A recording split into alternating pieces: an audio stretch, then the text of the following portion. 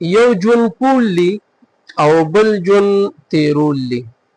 ژوند د الله پاک جل جلاله د احکاماتو د منلو او د حضور پاک مبارک صلی الله علیه و آله وسلم د تعلیماتو ته د تسلیمیدلو سره سره د خیسته لباس، خیسته خوراک، خیسته رهن سهن، خپل ځان په خپل اهل و عیال باندې د خرچې کولو او ښکلې مینه محبت سره وخت تیرولو نوم دی.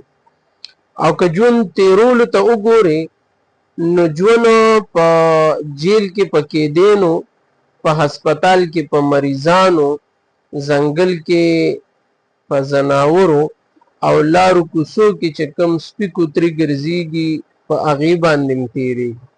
نو مونږ ته پکار دا نه ده چې مونږ ژوند تیر کړو، پکار دا ده چې ژوند وکړو. ژوند مینه ده، محبت دی، اخلاص دی، ورورولي ده.